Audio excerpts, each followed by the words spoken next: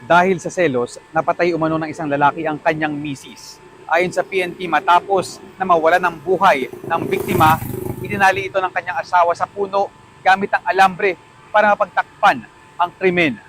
16 na taon na nagtago ang akusado.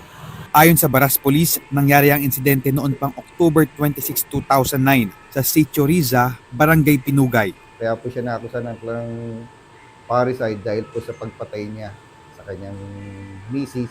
Nung araw din yun ay nagkaroon po sila ng pagtatalo na dahilan po sa may pinagseselosan ito pong ating akusado.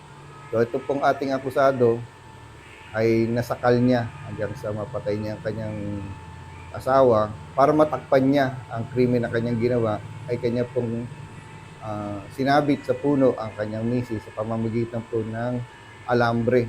Rumesponde noon ang kaanak at kapitbahay ng biktima.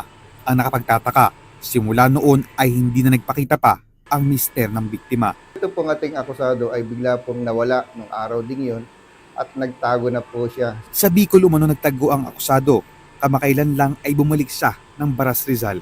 Dito na sa tuluyang naaresto ng tracker team ng Baras Police sa tulong ng informant Biyernes, August 15, 2025. 16 na taong nagtago ang lalaki. Sa korte na po magsasalita.